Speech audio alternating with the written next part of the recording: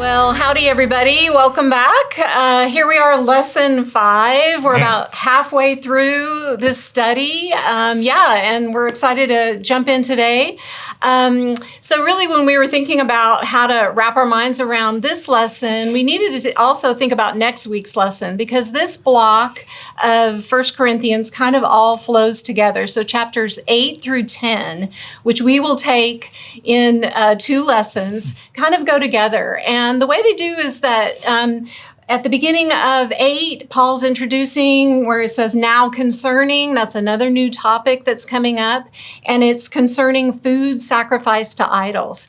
And then in chapter 10, he's going to come back around to idolatry. So that's a way to kind of think about how these next 3 chapters of the book go together. And we'll talk about how we want to approach this lesson. Previous couple lessons, we kind of hit some really hard ministerial topics of just thinking through sexuality and judgment in the church. And so this week, probably not as heavy in those interpersonal kinds of things, but probably a little bit more challenging just culturally, understanding what was going on and what's the context, the historical background. So we'll talk about that a little bit in this lesson. But as we jump in the observation section, we're going to kind of continue through with boxing connecting words. And so as I was kind of carving up my sheet and kind of walking through, there's a lot in this section. So they're really helpful to see. One of the questions in observation that I actually kind of wrote out the side that I thought was even helpful, more helpful than maybe just kind of repeated big ideas or themes or highlighting repetition, things that you see, is what are some clear contrasts that Paul utilizes within this section? Because what you're going to see is kind of not just the themes of knowledge and love, but he's going to kind of pit those against each other. You're going to have, in a sense, the weaker brother, which then kind of implicitly there's a stronger brother. So there's these 2 different kinds of believers that are navigating through some situations that are going to kind of be almost kind of put in juxtaposition beside each other. And then also we're going to look at this kind of idea of freedom, rights, liberties. When do you use them? When do you not use them? When do you take advantage of that liberty that one has, and when do you not? And so those themes are going to really kind of dominate a lot of kind of these opening chapters, beginning in 8, and we're going to see them kind of threaded all the way through into chapter 10, as Carolyn said. And so that kind of, I think, gets people kind of, I like that contrast kind of question, because it also is, it's not too intimidating. Again, you're trying to get people talking, get them in the passage. Because especially a passage is like, I don't understand what's going on with idols and meat sacrifice to idols. What's happening here? Kind of just slow it down of just, okay, what are some themes we see? Kind of get them moving, get them talking, kind of get them, their sleeves rolled up, kind of get them in the passage. And then we'll try to kind of break some of that down as we go. In fact, question 1 in the interpretive section really kind of helps kind of do a little bit of this. It's kind of a nice bridge question. And so we're going to kind of ask, why does Paul include verses 1 to 3 at the very beginning of chapter 8? How does that, in a sense, kind of set up his pastoral approach, kind of the bedrock for what we're going to talk about here? And so those opening verses are really, really significant. Make sure you spend some time there. Don't let them run just past those. And really in that, it's interesting because he's going to hit this idea of knowledge again, which takes us all the way back to chapters 1 and 2, where the Corinthians had this overinflated value on knowledge. And so he's going to go back there and he's going to say, if we look at some of these cultural situations and navigate through our choices individually, just based off the knowledge we have, we're going to navigate incorrectly and maybe actually do harm to people. And so you're going to kind of get, again, in verses 1 to 3, these themes of knowledge and love. And if knowledge is left alone, then he's going to say it's going to puff up. It's going to lead to arrogance. And so what he's going to do is say knowledge needs to be paired with love as we kind of think through cultural situations, as we think through when we use our rights, when we use our liberties, and when we not. And it's not just knowledge that drives those choices, but it's going to be knowledge alongside of love. And he's going to kind of weave those together in really interesting ways in verses 1, 2, and 3. Particularly, I think he's going to show us that love is going to drive knowledge, that love should precede knowledge and not just be a kind of a knowledge-only approach. I love, as we were talking, you talked a little bit about verse 3, and even thinking of how knowledge and love work even in our own relationship with the Lord. Yeah, for sure. I felt like it was interesting in verse 3 where it says, but if anyone loves God, you would think it would say, he knows God, but instead it says he is known by God. And it kind of reminded me, and we see it also in verse 6 where it says we exist for him, we exist through him. Also in verse 11 where the brother and sister for whose sake Christ died. I think Paul is pushing on what he had tried to say before, which is basically Corinthians, you have nothing except what was given to you. You are the receivers of love and your existence and your salvation through Christ. So don't puff up in your own view of yourself. So he's poking at that again. I love that. Question 2 is going to be kind of one of the most central in this section to kind of understand what's going on. And as a reminder, we've said this again, we'll say it again, is every time Paul begins this kind of a section with now concerning, he's going back to a specific issue that was going on at the day and time, particularly that was kind of the church interfacing with culture in really tricky ways. And so the skill that we kind of highlighted for you guys this week in interpretation is looking at background information. And really this particular lesson, maybe more than any other, kind of helps you kind of go, what's going on here? Like, what's the big deal? And so kind of walk us through what's happening here, Carolyn, and what were they facing as a local body? Yeah.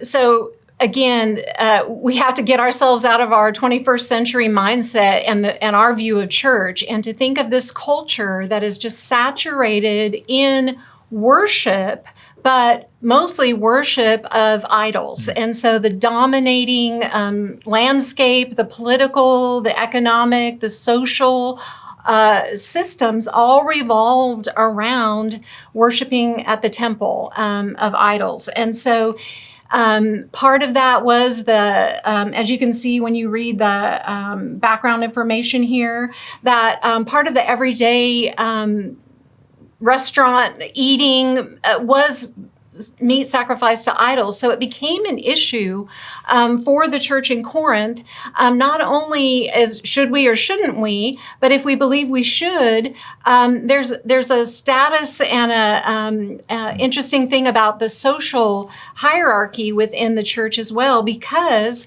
typically the lower socioeconomic people did not eat meat regularly. They weren't wealthy enough. And so within the church, you've already got a mix of people, but now this practice of eating meat sacrificed to idols was highlighting the social differences and causing friction there as well. So, yeah. That's helpful. You know, one of the things we talked about too was, I think sometimes we think about this passage and Paul's instructing this group of believers how to navigate in consideration for the broader believing community, especially those that are new in faith, that are trying to figure out how does their faith relate to their past lifestyle, this new lifestyle. And one of the natural questions that we kind of ask is, if we understand the background, then what are modern day parallels or examples? And one of the things I would say to you guys as leaders is we struggle to kind of lock it down, because often the times that we'll talk about this passage and apply it is thinking about sometimes seemingly a little bit more superficial kind of situations. So maybe there are those that have a family of background in which there's really issues with alcohol. And so maybe I have a freedom to drink alcohol, but if I drink alcohol around someone with such a background, it could be really sensitive and triggering and difficult for them. And so we often think about it in that lens. But one of the things that we're kind of looking at here is this is even deeper kind of situation going on, because in the connection to idolatry, it's not just sensitivity to a person and their preference and their background, but particularly with this issue, it's a connection to worship, a connection to idolatry, and a potential that it's not just that someone's conscience would be seared or troubled, but they could fall back into idolatry that they were sensitive and fragile to at the time. Yeah, so good. So good. So yeah, I think as you talk about these things, that may come up in your group, you know, the old stumbling block principle, you know. I think those are good entry points, but we would encourage you to try to push on that and actually look at what the passage is saying. Paul is very strong. He's saying that this is being the risk of taking your rights and choosing to do these things could cause your brother ruin or destruction. And so we'll get to some of that in the next question. So question 3, how does Paul define a right? We're kind of looking at chapter 8 and even into chapter 9.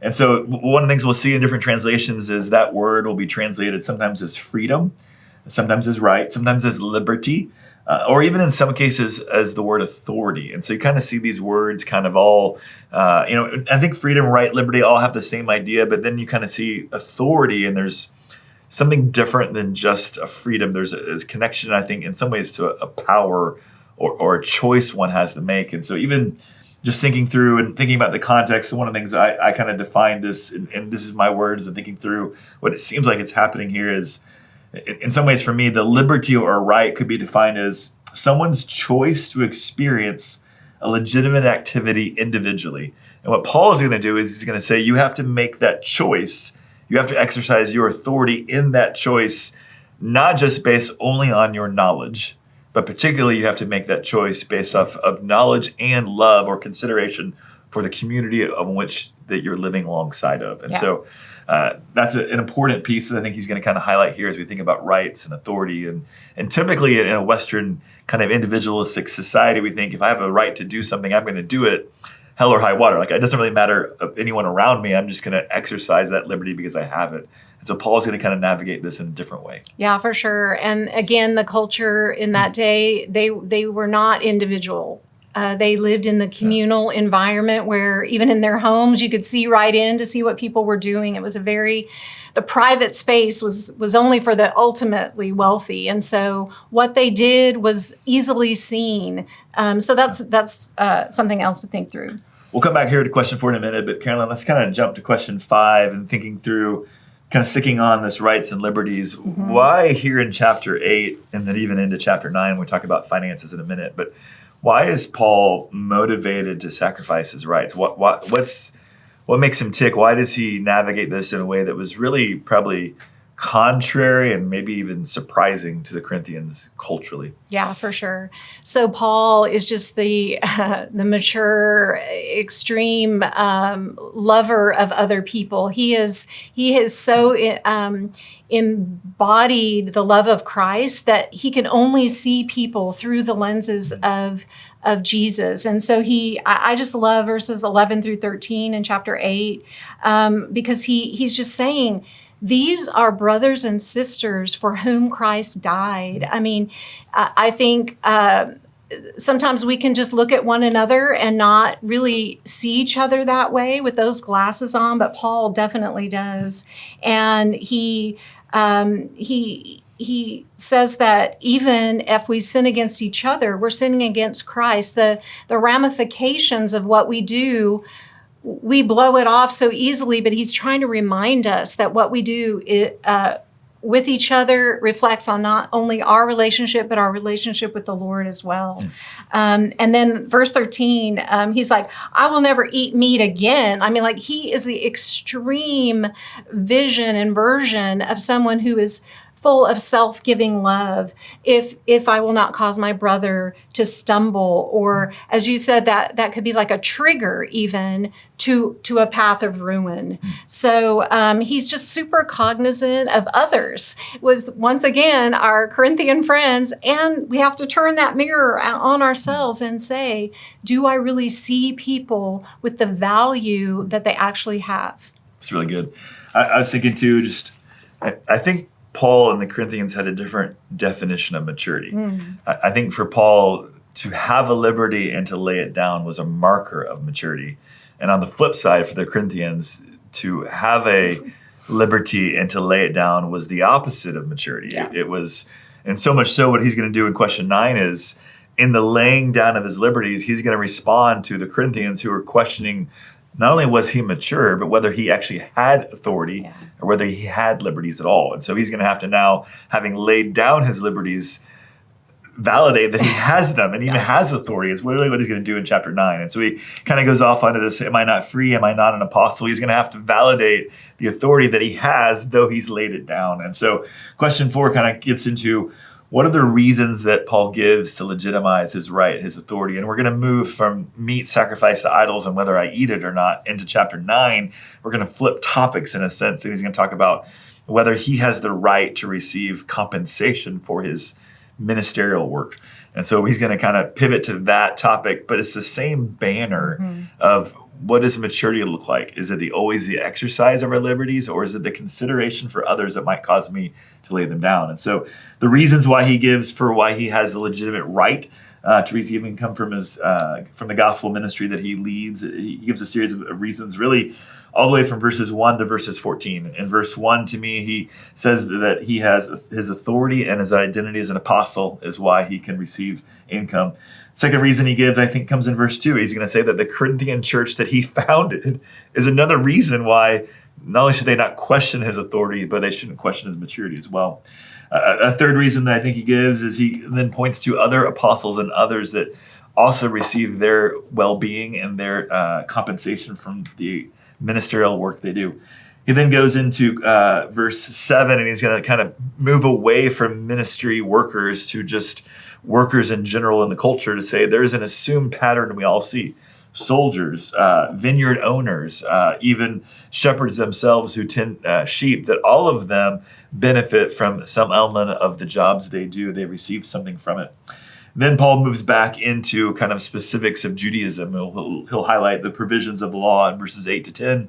He'll highlight particularly Jewish temple protocols and practices in verse 13 to say, everywhere you look, you see this principle at bay. And so even though he hasn't always taken advantage of it, doesn't mean that he doesn't have it. Yeah. In fact, he's trying to show yet again, I have this right, but in my maturity and in consideration for the context that I'm in, there may be times that I lay it down. And that's what maturity and sacrificial leadership often looks like. Yeah. So good. Yeah. And, these questions, again, are there as a springboard. So feel free, again, to move them around if the flow of the conversation goes in one way or the other. Clearly, we did that today. Yeah. And that's just something to remember as well. That's awesome. So how do we, if we can understand what chapters 8 and 9 is saying, how do we go about applying it? Yeah. We can kind of get to what it means and what do we do with it. Yeah. So we have a couple of questions here that we do think can help you make that transition. Just the basic first question about, what do you sort of lead with, like naturally? Yeah. Do you sort of lead with knowledge and or with love? And why? Why do you think that is? I think that could be an awesome discussion question to begin with for the application process. And then question 2 is just, hey, have you ever had a personal experience where you laid down your rights and why? Why did you do it? What happened? I think that, again, could be just bringing it to home if someone in your group has that, or maybe you as a leader could have something ready for that to actually put some meat on the bones and embody what's being talked about here. One of the things that we kind of talked about too was in previous versions of this packet, we had a whole lesson later on in the book about giving. And so one of the things that I think is just obvious from chapter 9 is there's a very normative, non-pressurized discussion about how ministers receive their compensation from what they do. And so I think there's a easy spot to talk about giving to the local church.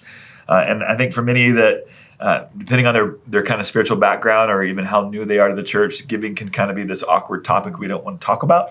And I think chapter 9 kind of provides a really natural, easy kind of place to talk about this and to talk about giving to the local church. And that's a normal, customary part of how we live our spiritual life and how we contribute to the body as a whole. Not just that we serve with our time and that we serve with our heart, but also that we serve with our finances as well. And I think chapter 9 kind of sets up that discussion to make it an easy one, just sitting there on the table. Yeah, so good. And then the Engage tool for this week and lesson 6 is going to be share your story. So what we suggest maybe this time is to just highlight that and say, hey, we know that sharing our story, that sharing how we came to follow Jesus is an important thing, but sometimes we don't take the time to kind of sketch it out and even to practice sharing it with. So we're going to do it in our group, and you can say, hey, we're going to do it next week. We're going to take 10 minutes at the end of our time. Everybody get ready. We're going to break into small groups. If you make an intention to do it, your follow through will probably be better. And next week is really great to actually do that because the content in next week's lesson really does shift from inside the church to outside the church and why Paul lays down his rights and does what he does. It's a beautiful section. I think one kind of nuance I'd give is I think sometimes when we talk about share your story, we can kind of think of it as just our general testimony of what was life like before Jesus? What do we believe about Jesus? And then ultimately, how does Jesus change our life? One of the things I like, though, about 1 Corinthians is you get this sense of these early believers that are stepping out of their culture into a new way of life. And it's messy. And there's elements of they're not sure about this new way of life. They're not sure what what Jesus is asking, and you kind of see with these section after section of now concerning this topic, now concerning that topic, that the early church, these new believers, this fragile baby church was trying to figure out, how does it look like to live now in a new way? And it's messy, and they're trying to figure it out. And so I think one of the questions that's really easy, even out of this lesson, thinking about people's stories, is just maybe they've been walking with Jesus for 20 years. Maybe this is their first Bible study. And so what are some elements of the Christian life that they're still trying to figure out that seems like a shirt that doesn't fit, or it seems odd or unsure for people? And so meat sacrifice for idols was something that was going on for that original audience. It's not really going on for us, but what are those elements as people are kind of stepping into the way of Christian life, this new Christian way, that they're kind of trying to wrestle with and trying to understand, and giving some safe space to kind of go, hey, I don't get it. I don't understand what that's about. I understand why we're called to do that, and giving some leniency to go, hey, what are the things that maybe someone struggles with, or some things from their background, and to kind of, in the midst of our stories, to kind of try to unearth that as we think about it as well. So. Yeah, so good. Well, we're with you guys. We're praying for you. See you next time.